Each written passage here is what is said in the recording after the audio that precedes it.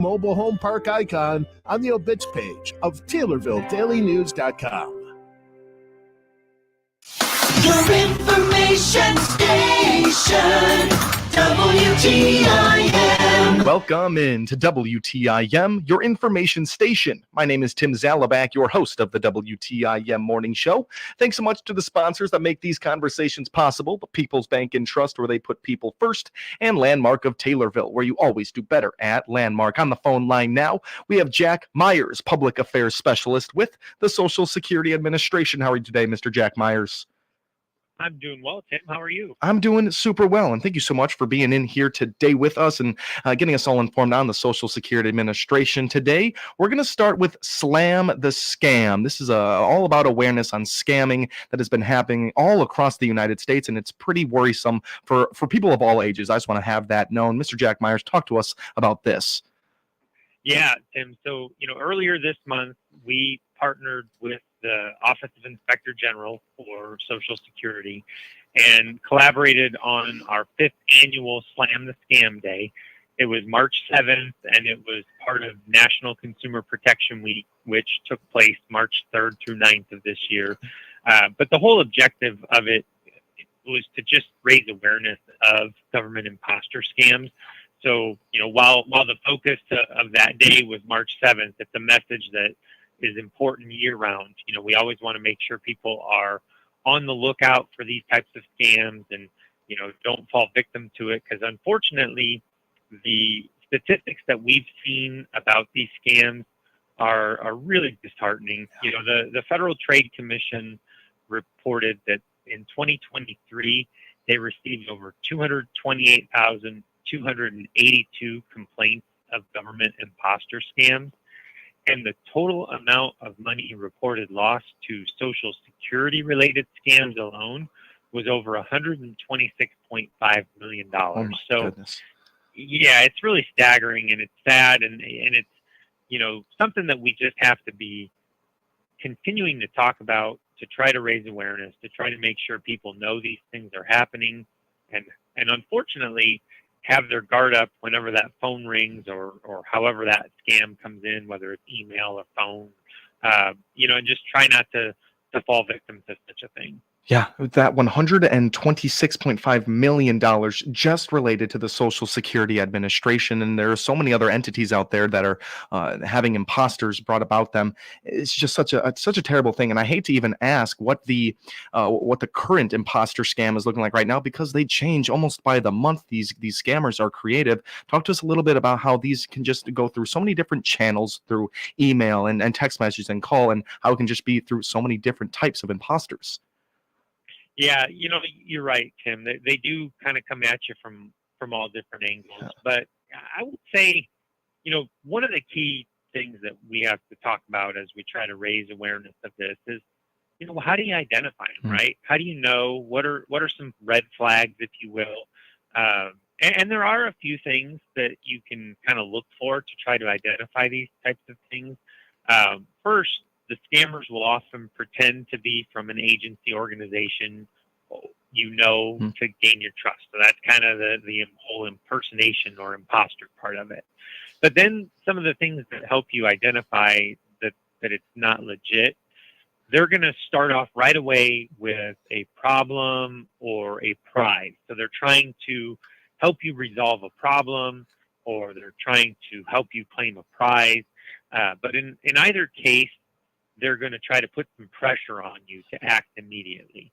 And they're also going to have some reason. Now, their reason might change, and the way they tell you about it might change, but their end game is typically they're trying to get you to pay them money in a specific way.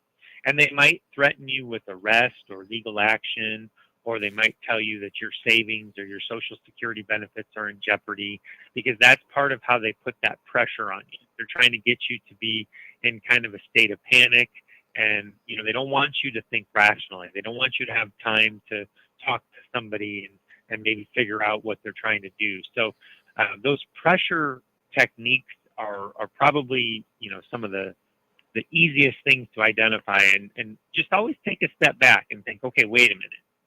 Would Social Security really do this? And the answer is we would not. We're never going to call you and threaten you with arrest or legal action because you don't agree to pay us immediately. We're not going to promise a benefit increase in exchange for money.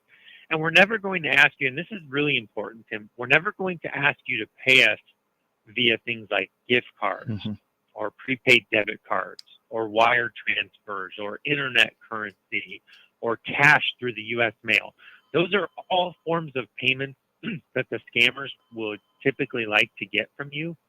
And the reason for that is once you've given them those things, it's very hard to get that back. So they're looking for things that they can get quickly, and then once they get them, it's really hard to get it back. Yep. So those are some of the keys to look for there in those scams. Yeah. I wrote down payment options because I felt like that was the weakest link right there, because we've often heard that money is being asked for in some of these strangest forms. And again, that is something that the Social Security or any government agency would ever ask of any of us is to pay them through any other means than, our regular credit information and probably through the mail. Is that correct? Yeah, so basically when, because sometimes people do get overpaid with Social Security and they need to pay money back. And if that's the case, you're going to get a letter. It's going to have appeal rights. It's going to have payment options. But there are very few ways we actually accept payments. One of them would be through, like if you wanted to use your credit card, there's a way to do that through a pay.gov site. And your letter would talk about that. Yeah. Or you could use your bank to send us the payment. Like if you use online bill pay through your bank, you could set it up to where your bank sends us a check, or you can write us out a check, or you can give us a money order. So, really some basic ways to pay payments are the only ones that we're going to accept. And those other ones I mentioned, like gift cards and debit cards and wire transfers and internet currency or cash, we're not accepting those types of payment forms. No. Okay. Yeah, it's really great. And thank you for laying out those options for us right there. And once again, we're talking about the scam, just bringing awareness to scams all across all government agencies, and especially here with the Social Security Administration. And just to reiterate that the Social Security related scams alone in 2023 amounted to $126.5 million in losses for citizens. That's just such a terrible hit here. What else do we need to know about the Scam initiative here, Mr. Jack Myers? Well, one of the things that we want to talk about too is that if you fall a victim to one of these scams, you should report it immediately to us at ssa.gov/scam. You can find reporting information there. You can also find information about the scams and some resources to help you identify them. So if you're wanting to kind of kickstart this conversation with a loved one or a friend, you can go to that ssa.gov/scam to take a look at that. And another thing that I would like to point out to people is, there is maybe a little bit of a self-imposed stigma if you do fall victim to one of these scams. It's embarrassing at times, or it can be, and people don't like to talk about it. So maybe they don't tell their family, maybe they don't report it. But I would like to say, don't feel embarrassed. You were a victim in that situation. If it happened to you, there is nothing to be ashamed of. These people are good at what they do. That's why we talk about it so much. That's why so many people do fall for it. So if it happens to you, talk about it. Go ahead and report it, ssa.gov/scam, because all the information we have on it helps us hopefully put a stop to these. But again, don't be afraid to talk about it. Don't be afraid to report it, because we need those conversations happening. We need those reports so we can try to put an end to this sort of thing. That's definitely a part of staying vigilant. There is making it known to people that it is important to have known about the situation there. And not feeling embarrassed. Like you said, there's so many people this is happening to. These people are very good at their jobs. And the imposters, of course, are very good at their impostoring there. And we're going to take ourselves a short break here with Jack Myers. We talked all about the scam awareness, just being aware of all these scams across all different government agencies and the Social Security Administration, of course. My name is Tim Zalabak, your host of the WTIM Morning Show. Don't go anywhere. We will be back right here with Jack Myers on WTIM, your information station. Your information station, WTIM. Let's check the markets now on the RFD Radio Network. I'm Jim Taylor. Corn steady, beans lower, wheat trading lower. May corn up 1 3/4, 439.5. July corn up 3/4, 452. December new crop 474, down 3/4. May beans 1203 1/4, down 6. July beans down 5 1/2, 1216 1/4. November new crop 1194 1/4, down 4 1/2. May Chicago wheat 550 1/2, down 4 1/2. July wheat down 4 1/2, 566 1/4. May bean meal 340.70, down $1. May bean oil 48.67. That's down 35 cents. Livestock market, March feeders 248.87, down 57 cents. April live cattle 183.55, down 265. April lean hogs 85.65, up $0.50. Energy market, May crude oil 82.09, up 14 cents. Jim Taylor, RFD Radio Network. This Miller Media Group radio station and our online daily newspaper, TaylorvilleDailyNews.com, have got winter weather covered. With our exclusive event delay software, closings and cancellations are posted instantly when received, 24/7, and also air every 10 minutes during applicable times. And find out the latest road conditions at the road conditions icon on TaylorvilleDailyNews.com. Whether online or on air, we've got you covered. Brian Barnhart here, the voice of the Fighting Illini, inviting Illini Nation to listen for Fighting Illini sports this season on New Country 104.1. From every kickoff during football season to the closing horn of every basketball game, you'll hear them in Christian County and surrounding area on your home for Fighting Illini sports, New Country 104.1. Follow the orange and blue and go Illini. Brought to you by Prairie Farms Dairy, Bob Ridings of Pana and Adam Jeffrey with Craig's Realtors in Taylorville. It's no secret that employers are having a difficult time hiring qualified personnel, whether full or part-time. The Miller Media Group wants to help you, the employer, to find the candidates you're looking for. That's why we've created IllinoisJobPost.com. That's IllinoisJobPost.com. This website is part of a broad radio and internet employment campaign available through the Miller Media Group. Contact your account manager or email sales@randyradio.com for more information. IllinoisJobPost.com is where we put the power of radio and the internet to attract prospective candidates. CNB Bank and Trust has been helping open doors for Central Illinois farmers since 1854. Find out why they're among Illinois' top ag lenders by clicking their icon at TaylorvilleDailyNews.com. Member FDIC. I'm Bob Ridings of the Bob Ridings family of dealerships. See our huge inventory of about 2,000 vehicles by clicking on our ad at TaylorvilleDailyNews.com. Your information station, WTIM. Welcome back to WTIM, your information station. My name is Tim Zalabak, your host of the WTIM Morning Show. Thanks so much to the sponsors that make this conversation possible. People's Bank and Trust, where they put people first, and Landmark of Taylorville, where you always do better at Landmark. We're speaking with Jack Myers, Public Affairs Specialist with the Social Security Administration. In that first half, we talked all about Slam the Scam, bringing awareness to scams happening within the Social Security Administration and so many different governmental agencies. It's all about awareness, folks. And Mr. Jack Myers, would you like to cap off that conversation any other way with maybe a website people can go to for information or even reporting? Absolutely. So that website is going to be part of our website at ssa.gov. So you're just going to go to ssa.gov/scam.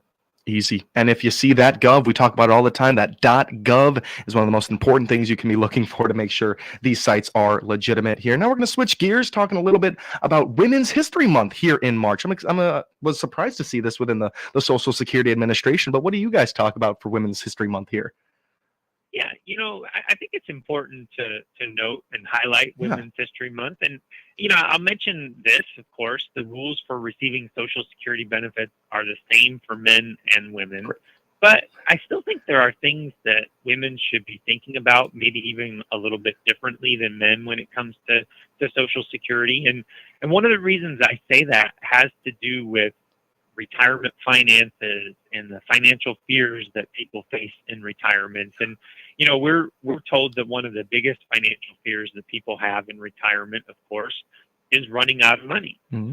So as you might wonder, well, how do you connect that to women? What are you doing here? Well, basically, it kind of gets back to life expectancies, right? Because according to average life expectancies, women typically outlive men. Yeah. I mean, a man turning age 65 today can expect to live on average until about age 84. A woman turning 65 today can expect to live on average until about 87. Wow. So it just says, hey, if women are living longer and outliving our money is a pretty big fear in retirement, then it's not too hard to connect those dots and say it's probably a bigger fear for women, right? Yeah. Because if they live longer, there's a greater chance of outliving that money. So with that in mind, I would say that even though retirement planning is important for everybody, it's arguably even more important for women because of that life expectancy issue.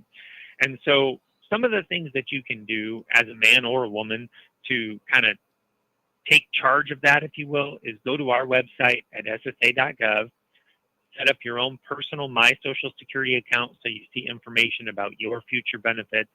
We've got some nice retirement planners there that have a lot of information about the retirement benefits, about spousal benefits, about survivor benefits. And that's something that I think women should pay particular attention to, is that survivor benefit piece. Because if you're a woman and you're married, statistics say that you may one day qualify for survivor benefits. So understanding how those survivor benefits work and the strategies around filing for your own retirement versus survivor benefits, those are all very important. And we've got a few publications I'd like to call attention to. One is called What Every Woman Should Know, and the other is called Survivor's Benefits. And you can find those and many more on our website, again, ssa.gov. Once you get there, there's a section that says publications.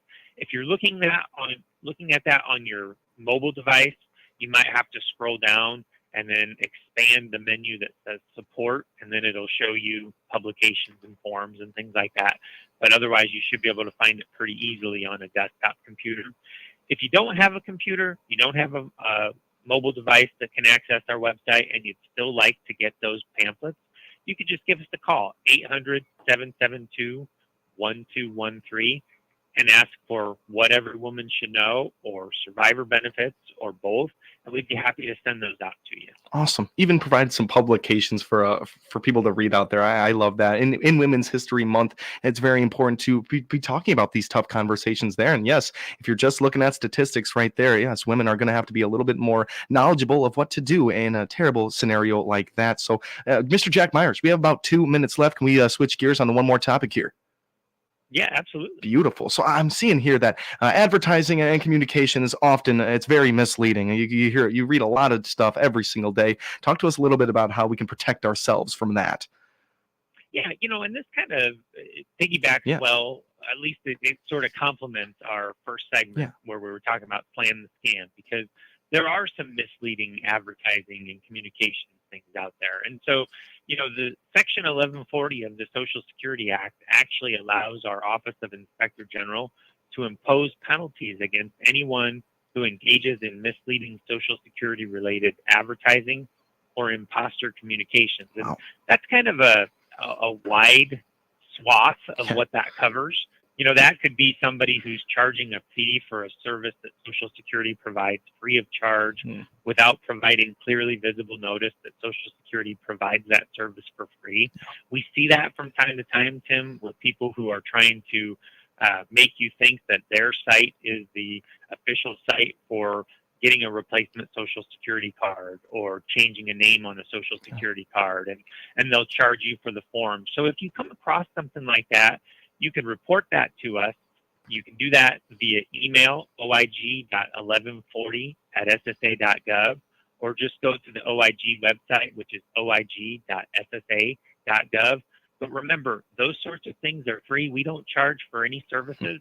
So you always want to look, and you touched on this earlier, ssa.gov whenever you're trying to do anything Social Security related. Just perfect. And Mr. Jack Myers, we are out of time, but thank you so much for being in here and getting us all informed on these very important topics today. My pleasure. Thanks for having me on, Tim. Without a doubt. It's always our pleasure. That was Jack Myers, Public Affairs Specialist with the Social Security Administration. My name's Tim Zalabak, your host of the WTIM Morning Show. Thank you all for listening. The Big 870 WTIM Assumption Taylorville, 96.1 W241 CF Taylorville, 107.5 W298 CD Shelbyville, 107.9 W300 EH Payne and Nokomis. I'm Rich Thomason. The latest on the loss of a major East Coast transportation link. A huge stretch of the Francis Scott Key Bridge in Baltimore collapsed early today. The support pier hit by a huge container ship. The bridge carried I-695 over the Patapsco River, a major global shipping hub at the port of Baltimore. Maryland Governor Wes Moore says that so far there is no evidence of foul play. We are still investigating what happened, but we are quickly gathering details. The preliminary investigation points to an accident. We haven't seen any credible evidence of a terrorist attack. The governor says the ship issued a mayday call after losing power prior to the crash, allowing authorities to limit traffic on the span before